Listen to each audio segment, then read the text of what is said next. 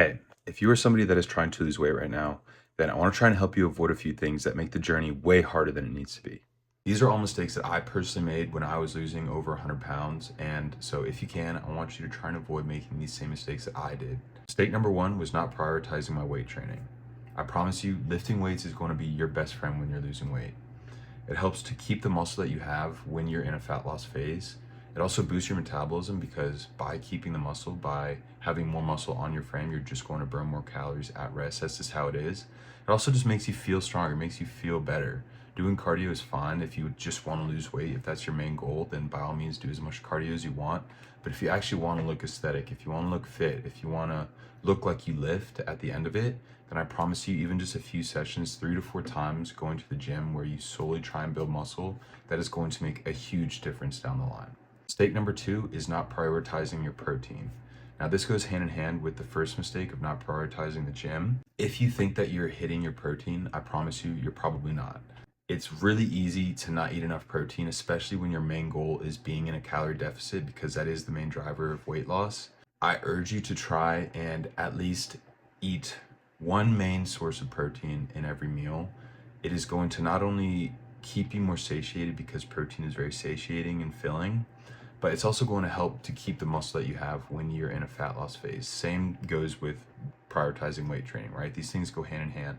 And they're things that I didn't do and cost me a lot of heartache because at the end of losing 100 pounds, I was skinny fat, if I'm being honest. I had a ton of loose skin, especially around my midsection, my chest, and my stomach.